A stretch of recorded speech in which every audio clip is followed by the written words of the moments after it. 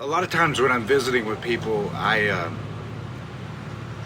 when they're expressing, obviously when they find out I'm a pastor, if the conversation goes to spiritual things, it's not uncommon for me to be visiting with a person who is, they don't know the Lord very well, or they really don't know anything about it at all. Sometimes it might be somebody that does. They're in the kingdom and they struggle, and they struggle with faith. And that's pretty common. And I'm encouraged because the Word, when we read in the Word, if you study in Acts chapter 17, verse 5, like the apostles come to Jesus and they say, increase our faith.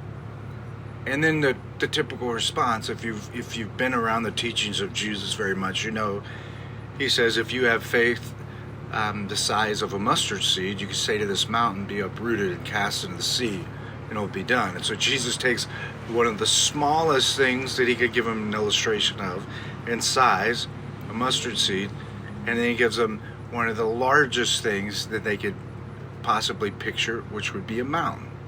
And you see, it says, if you have this little itty bitty faith, then you could do this really big thing.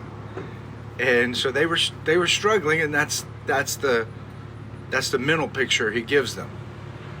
And so that can kind of be one of those scriptures we could go, well, Jesus said if you have faith the size of a mustard seed, you can cast this mountain into the sea. And so you just need to believe and get over it. Well, what I find fascinating is I was reading this passage recently, and Jesus goes in to illustrate this mental picture that he gives them. And it's a pretty fascinating thing he does. He says, suppose one of you had a servant, and he says to the servant, he says, suppose one of you had a servant plowing or looking after sheep. Would he say to the servant when he comes in from the field, come along now and sit down to eat? Would he not rather say, prepare my supper, get yourself ready, and wait on me while I eat and drink? After that, you may eat and drink. Would he thank the servant because he did what he was told to do? So you also, when you have done everything you were told to do, should say, we are unworthy servants, we have only done our duty.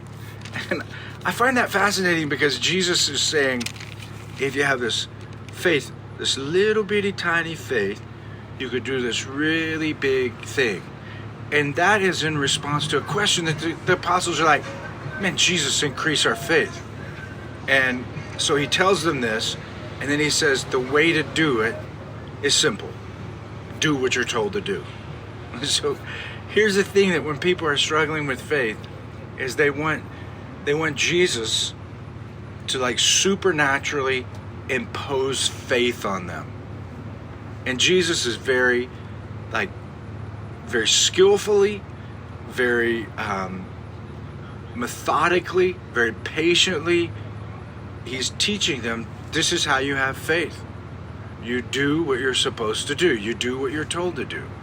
So when we want the Lord to increase our faith, and we're looking for him to magically make us people who all of a sudden we believe, Jesus is looking at us and saying, man, here's the deal, is the way faith is increased is that when you take something you already have been told to do, which the only way we're told to do is from the Word, and you do that, your faith is going to increase. So guess what? The opposite would obviously be true as well, is that if we don't do something we're told to do, then I think our faith is either decreased or it's not stretched at all, it remains the same. And that's why we're always feeling like, man, if I just had a little bit more faith, I could do more for the Lord. And Jesus is saying, no, you won't. You won't have more faith until you do what you've already been told to do. So some of you are there going, man, I just can't believe that because I don't have enough faith. Well, maybe you can't believe it because you're not doing what you've already been told to do. Well, what's one thing we've been told to do? Get in the Word, learn about Jesus, learn about what he said, learn about how he lived, learn about how he taught. Do what you're told to do. you give your life to Jesus, what are we told to do? Get baptized. So sometimes our faith doesn't stretch and grow because we're not doing what we're told to do. What is the number one thing that people say? They don't go to church. I'm not going to church. People up there just want my money. No, that's not true. People at church don't want your money. Jesus said, where your treasure is, there your heart will be also. That we're to honor the Lord with the first fruits. We're to seek the kingdom first. So if we want our faith to be stretched, what do we got to do? What we're told to do.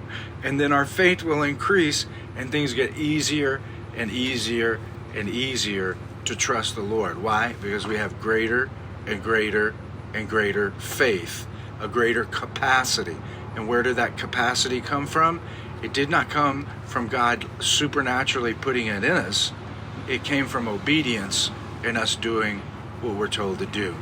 So this week I'm going to challenge you with a word and encourage you a little bit and ask you the question, what is Jesus telling you to do?